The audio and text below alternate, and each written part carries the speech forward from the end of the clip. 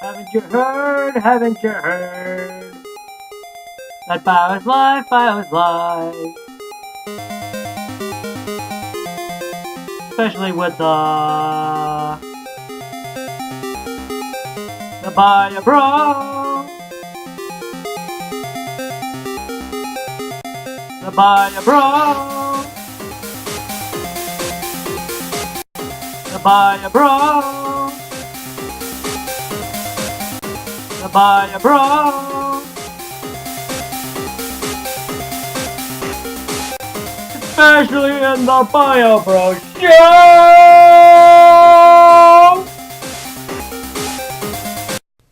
Isn't Bio alive or what? The name's Bro, the Bio Bro, and welcome to my eighth video featuring Echinoderms, aka the Echinodermata. Hello, this is Patrick. Well, kind of. Patrick is a sea star, which is an example of an echinoderm. So let me just get this started with a few simple explanations. Start. What are echinoderms? What do they have? Alright, so echinoderms are organisms with radial symmetry and tiny interlocking plates called ossicles. Most of them live in the ocean, and duh, of course they would. What are the odds they would be anywhere else?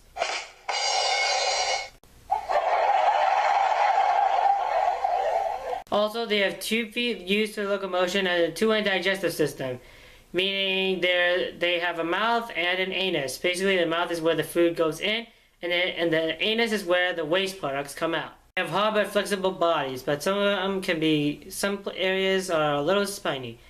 And some of those spines have little pincers, which are called pedicellaria. Different examples of echinoderms include sea stars, feather stars, sea lilies, and sea urchins. Alright, so if that's one piece of common knowledge that we know about starfish, it's that they regenerate quickly. Like a mouse. But do we know like why how it benefits them at all? Alright, so let's start with the basic thing. Why do starfish lose their limbs in the first place?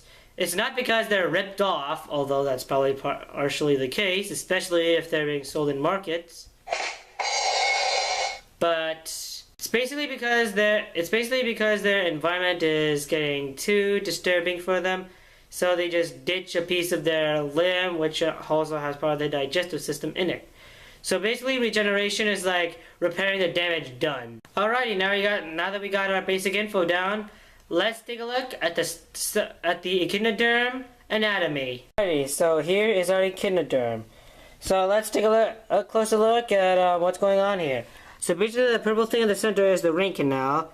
The shaded part right there is the anus, which is where the waste products come out, and the central disc is the orange star right there.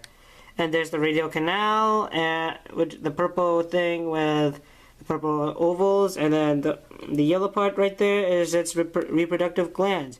And then there's a tube feed right there on each limb. I just put it on one because, you know, just to show you, but it's basically everywhere, every part of the echinoderm.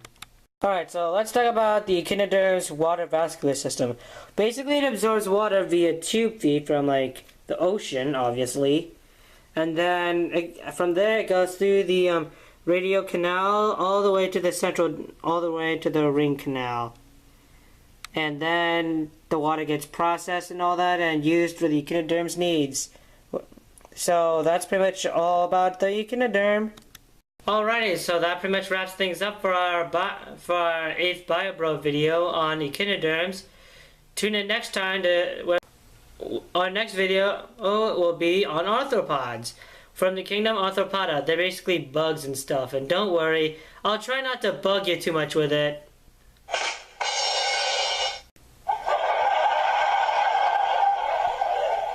It'll come out Tomorrow for sure. and stay pumped for then, and make sure to tune in when it comes out.